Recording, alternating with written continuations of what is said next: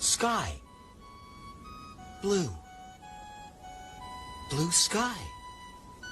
Clouds. White. White clouds.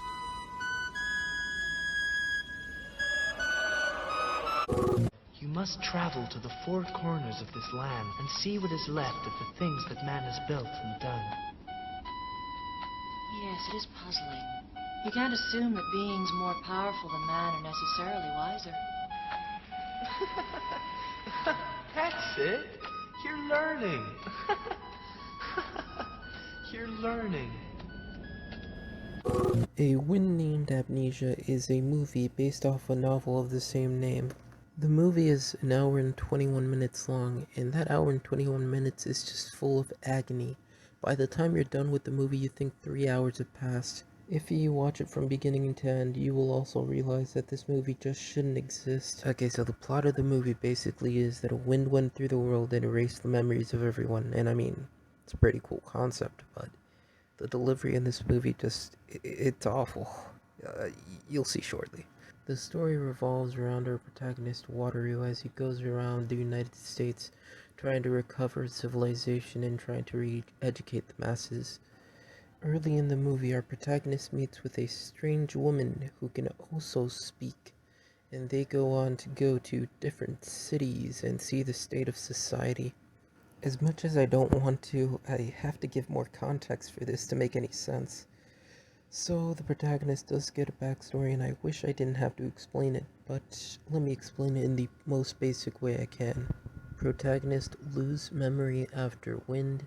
Protagonist go other place where guy with wheelchair, government science experiment have memories. Guy with wheelchair give memories to protagonist. Guy with wheelchair dies. Protagonist does plot. Okay, that's enough of the plot of this movie. Let's get to like the actual issues with it. One of the big issues is that it has a lot of good ideas, but it's just they're not really displayed properly. Also, a quick warning for anyone who actually is thinking of watching this movie, which I heavily do not recommend.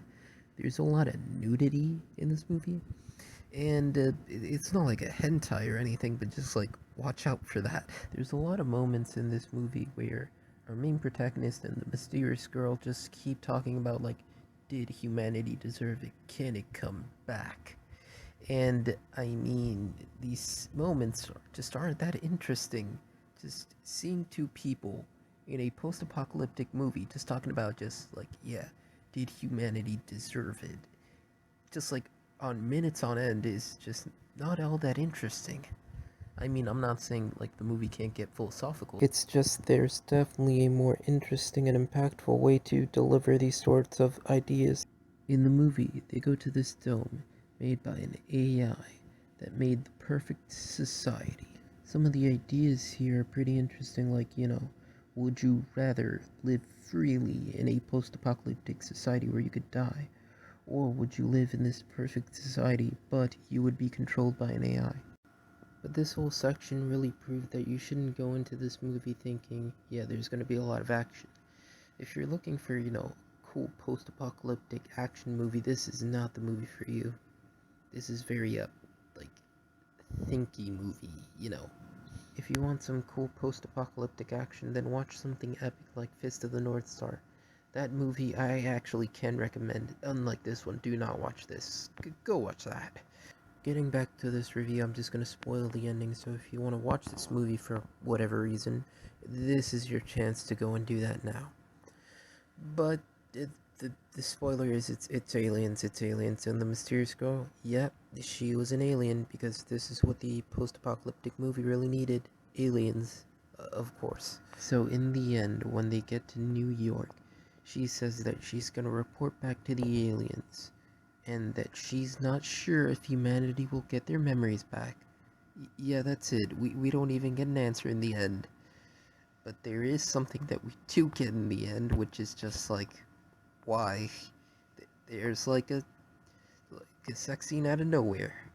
I didn't even see it coming, and it was so out of nowhere. It's just like he's standing somewhere 1 second, and then they just cut to that. And it's happening in like the middle of a void. Like, What is it supposed to represent? What does it mean? Why is it there? It is so out of nowhere, and it's so unnecessary. Now, I'm not really gonna show a lot of this, obviously. I found this on YouTube, surprisingly, so take that into account, YouTube, if you're trying to take this video down, but, genuinely, I think I might have to take back what I said about this being a hentai. It's just like, this is so unnecessary. Why is it there? There's no point. The weirdest part is the imagery of, like, Mary with Jesus there in the background, which I guess is supposed to, like, represent something like people with, like, more powerful outer beings or something. I don't know. This is a sex scene. Why is Mary there? You may be noticing that at this point I'm just using stills. I'm not even using clips. And that's because of how graphic this scene actually is. I'm genuinely surprised this is on YouTube. You can get away with a lot of things on YouTube as long as it's a movie. And then roll credits. That's it. That's the end. That's literally it. Does humanity get their memories back? Who cares? Even though that was kind of very important to the story, who cares? There. Credits. I'm giving this movie a 2 out of 10 for why would you watch this? I don't recommend you watch this, but it's not like this is the worst movie ever made, but still, it's no good, it's bad. Don't watch it. If you want to watch a good movie, watch Click featuring Adam Sandler. Okay, that's the video, but that's the end.